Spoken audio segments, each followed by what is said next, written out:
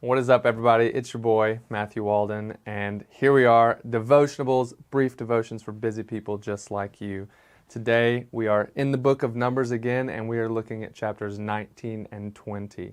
And so in chapter 20 of Numbers, there's a pretty familiar story, and I just want to kind of point our attention to the first few verses here and remind you of this story and help you guys think about some good principles for us from this story.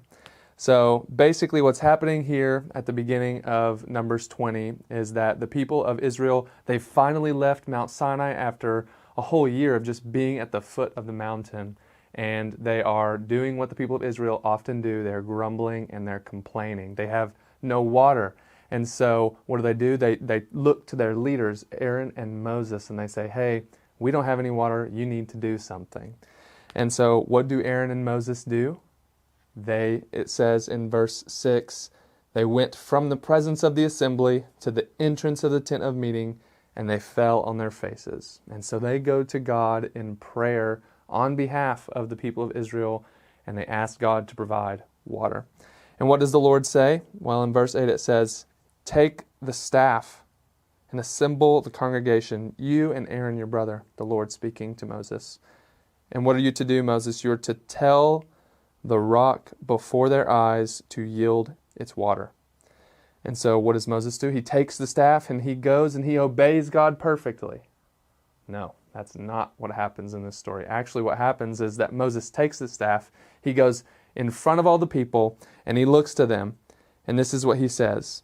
This is the second half of verse 10. He says, hear now, you rebels, shall we bring water for you out of this rock?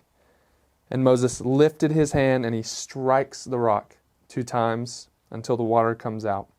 And so he disobeys what God tells him to do, actually. And he takes credit for the miracle that the people of Israel just saw. And so this is a failure, I would say. And so what does the Lord say to Moses and Aaron? The Lord speaks to them and he says in verse 12, because you did not believe me, therefore you shall not bring this assembly into the land that I have given them. And so this is a big indictment on Moses and Aaron. Previously in the book of Numbers 14, we see that the Lord is not going to allow all the people of Israel to enter into the promised land, but now Moses himself cannot even enter because of his disobedience. And so the point here in this text is that Moses' pride and his unbelief were the things that got him nixed from entering into the promised land. The people, yes, they did get water, but it wasn't God's way. And so as we think about this story, as we think about some principles for us to hold on to for today, I think about 2 main lessons for us. Lesson number 1, when God gives us clear instructions, we should obey them. We should not seek to do things our own way, but we should do them as God instructs us. Doing things God's way actually gives Him glory. But when we do things our way, we're seeking to give ourselves glory. And I don't know about you, but I don't think we should be in competition with the Lord to see who gets glory, us or Him. As Christians, obviously, what are our lives? Our lives are sacrifices. They're burnt offerings to the Lord. They're meant to point to Him. We're not meant to point people to us, right? We're meant to point people to the Lord. And then the second lesson is we must be content to be used by God how He wants to use us.